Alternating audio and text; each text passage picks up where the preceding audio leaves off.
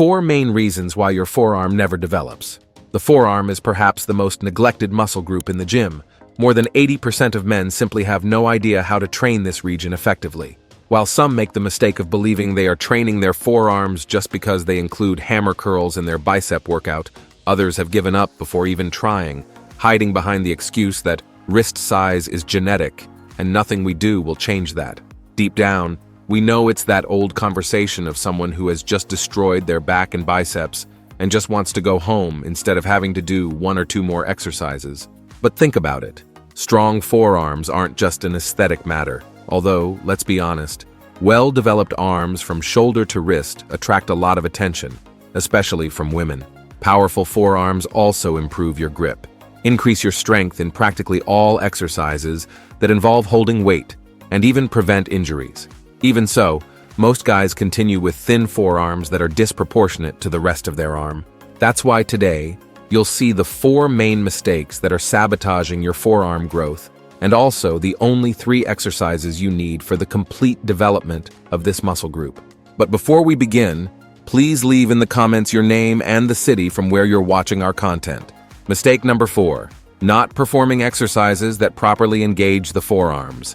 Many guys focus exclusively on isolated exercises or machines that eliminate the need for a strong grip, and this is a fatal mistake for anyone who wants to develop impressive forearms. Exercises like deadlifts, bent-over barbell rows, and pull-ups are excellent for forearm development, even though they aren't specific exercises for this region. Take the deadlift, for example. Throughout the execution, you need to maintain a firm grip on a heavy bar. As you increase the load on the deadlift, your forearms are forced to adapt and become stronger to support this weight. The same happens with the bent-over barbell row. Maintaining a firm grip while you pull a significant load toward your abdomen is a fantastic stimulus for the forearm muscles. Pull-ups, even more so. Anyone who has tried to do multiple repetitions of pull-ups knows how the forearms burn during the exercise. This happens because your entire body is depending on the strength of your grip to remain suspended. The problem is that many bodybuilders design their workouts excluding these fundamental movements.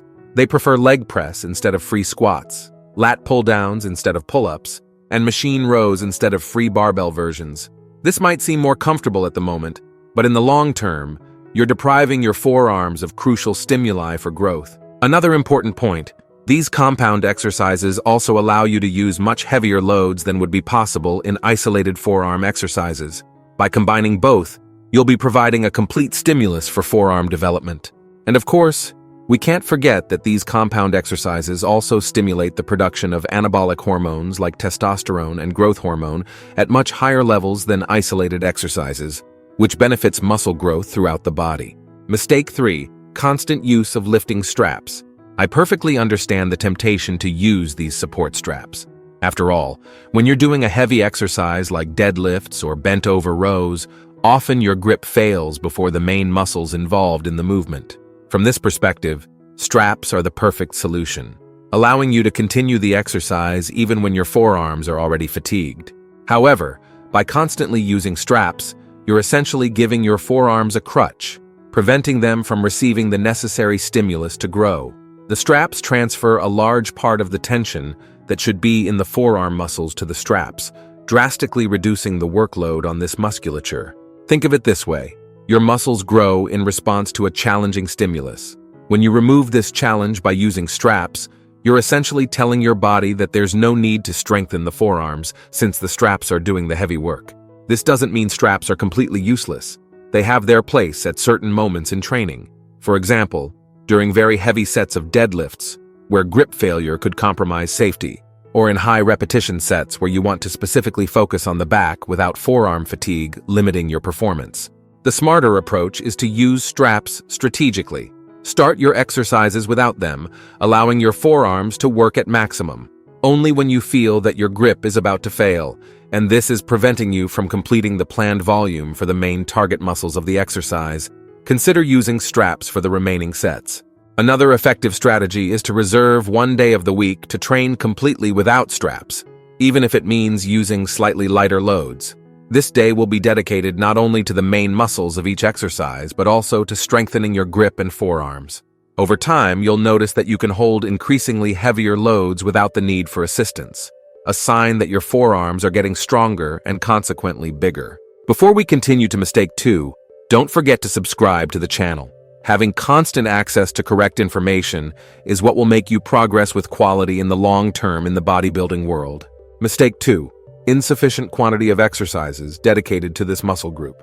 As I said before, while some don't do any forearm exercises, others already believe that a few sets of hammer curls are enough. Although it's a valid exercise that partially involves the brachioradialis, one of the forearm muscles, it's far from sufficient. It's like believing that doing only bench press is enough to build an impressive chest without including dumbbell flies, cable flies, or other variations that target the muscle from different angles. Forearms are complex structures composed of multiple small muscles that act in different functions and directions. We have the wrist flexors and extensors, the forearm pronators and supinators, and the finger flexors. Each of these muscle groups needs to be worked specifically for harmonious development. Imagine if you treated your biceps the same way you treat your forearms. Would you do just one exercise, perhaps straight barbell curls, for a few sets at the end of the workout and expect to have huge arms? Of course not. For biceps, most practitioners do straight barbell curls, preacher curls, incline bench curls, and various other variations. So why would the forearms, which are even more complex in terms of muscle structure, receive less attention? A more effective approach would be to dedicate at least 3 different exercises for forearms in each training session intended for them. Additionally, the number of sets also matters. Forearms are relatively small muscles, but resistant to fatigue. Just think about how long you can hold a heavy shopping bag. Therefore, they tend to respond well to higher training volumes. While for larger muscle groups, you might do 12 to 16 weekly sets. For forearms, this number could easily rise to 16 to 20 sets distributed throughout the week to maximize growth. Another aspect to consider is frequency. Being smaller muscles with relatively quick recovery, forearms can be trained more frequently than larger muscle groups. Instead of working forearms just once a week, consider incorporating at least one forearm exercise at the end of 2 or 3 different workouts throughout the week. This increased frequency can make a big difference in long-term development. Mistake 1. Training with insufficient intensity. This is perhaps the most subtle mistake, but equally devastating for your results. Even those who have already overcome the previous 3 mistakes and include specific forearm exercises in their routine frequently fall into this trap. They treat forearm training as something secondary that doesn't deserve the same effort and dedication they give to other muscle groups. It's common to see people picking light weights for forearm exercises and performing sets without much focus or effort, almost like an unimportant add-on at the end of the workout when they're already tired and wanting to leave. This just do a little bit to say I trained mentality definitely won't bring good results. Many treat forearms like they treat abs. They think that because they're smaller or secondary muscles, they don't need to be pushed to the limit. Big mistake. In fact, because they're muscles that already receive quite a bit of stimulus in daily life, they need an even more intense stimulus in training to leave their comfort zone and grow. When you do barbell curls for biceps, you probably strive to use a challenging load and take your sets close to muscle failure, right? The same principle should be applied to forearm exercises. The intensity should be high enough that the last repetitions are really challenging. A good parameter is that, in the last 2 to 3 repetitions of each set, you should feel an intense burn and have difficulty completing the movement with good form. If you finish your forearm sets feeling that it was easy or that you could have done much more, then the intensity is too low to stimulate significant growth. Besides the load itself, other factors contribute to intensity. Time under tension, for example, is crucial for forearm development. Instead of executing quick and thrown repetitions, try making slower and more controlled movements, especially in the eccentric phase of the exercise. 3 seconds in the eccentric phase can drastically increase the effectiveness of the exercise. Another technique to increase intensity is the inclusion of advanced methods like drop sets. For example, after completing a challenging set of reverse curls, immediately reduce the weight and do more repetitions until failure. Now that you know the 4 mistakes you need to avoid, let's move on to the only 3 movements you can incorporate into your training routine, which within a few weeks will already bring visible results. Exercise 1. Wrist extensions. Wrist extensions are fundamental for developing the back of the forearm, that region that gives definition when you extend your arm. This exercise directly works the extensor muscles of the forearm, which are frequently neglected but are essential for complete and balanced development. To execute correctly, you'll need a bench and a light dumbbell to start. Sit on the bench and rest your forearm on your thigh, leaving the wrist hanging off with the palm of your hand facing down. The dumbbell should be secured in your hand. From this position, you'll make a well-controlled movement, lifting just the wrist as high as you can, keeping the forearm fixed on your leg. It's as if you were waving goodbye to someone, but using only the wrist movement. A common mistake many people make is using a weight that's too heavy right away. This causes you to end up compensating with other muscles and not working the extensors correctly. Another mistake is making the movement too quickly or using momentum. This drastically reduces the effectiveness of the exercise. Keep the movement slow and controlled, focusing on the muscle contraction. For optimal results, I recommend doing 3 sets of 12 to 15 repetitions, with a weight that allows you to complete all the repetitions with good technique, but which is becoming difficult in the last few reps. Rest 60 seconds between sets. Include this exercise in your routine twice a week, preferably on days when you train back or shoulders, since the extensors are already somewhat recruited in these workouts. As you get stronger, gradually increase the weight, but never sacrifice technique. If you feel discomfort in your wrist during the exercise, reduce the weight and focus even more on correct execution. Remember that this is a smaller muscle group, so load progression should be more conservative compared to other larger muscles. Before we continue to the second exercise, don't forget to subscribe to the channel. Having constant access to correct and science-based information is what will make you progress in the long term in the bodybuilding world. Exercise 2, wrist curls. Wrist curls are the main exercise for developing the flexors, which are the muscles on the bottom of the forearm that give that impressive thickness. These muscles are fundamental not only for aesthetics, but also for improving your grip strength, which will reflect in all the other exercises you do in the gym. To execute correctly, you'll basically do the opposite of wrist extensions. Sit on the bench and rest your forearm on your thigh, but this time with the palm of your hand facing up. Hold the dumbbell, and keeping the forearm immobile, lift the weight only with the wrist movement, contracting the flexors maximally at the top of the movement. Then, lower the weight in a controlled manner until the starting position, allowing a good stretch at the end of the movement. The most common mistakes here are similar to those of extensions: using excessive weight, making the movement quickly, or using momentum, and not completing the full range of motion. Many also forget to contract the muscle at the top of the movement, which reduces the benefits. Another frequent mistake is letting the forearm move during the exercise. It should remain fixed on the thigh the whole time. The programming for wrist curls should be similar to that of extensions: 3 sets of 12 to 15 repetitions, with a weight that allows for good execution, but that is challenging in the last repetitions. Rest 60 seconds between sets.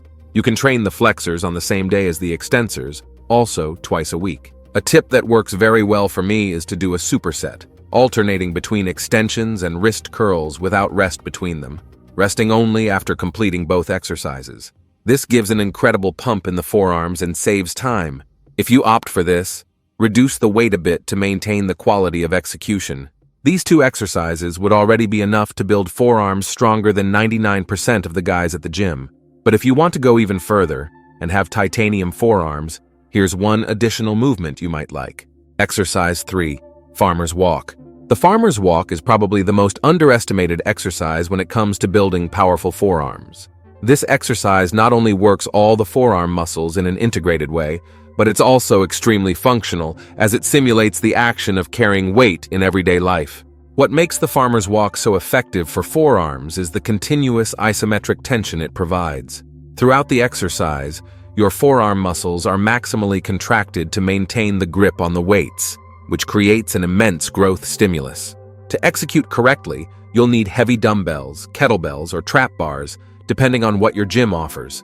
Take a weight in each hand, keeping your arms extended at your sides, shoulders back, and posture erect. Then, walk for a determined distance, usually 65 to 100 feet, at a constant and controlled pace. A common mistake is choosing a weight that's too light.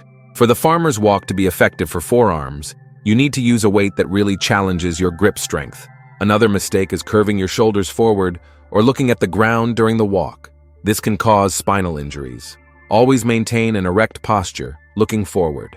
Ideally, do 3 to 4 sets of farmer's walk, walking about 100 feet, or until you feel that your grip is about to fail.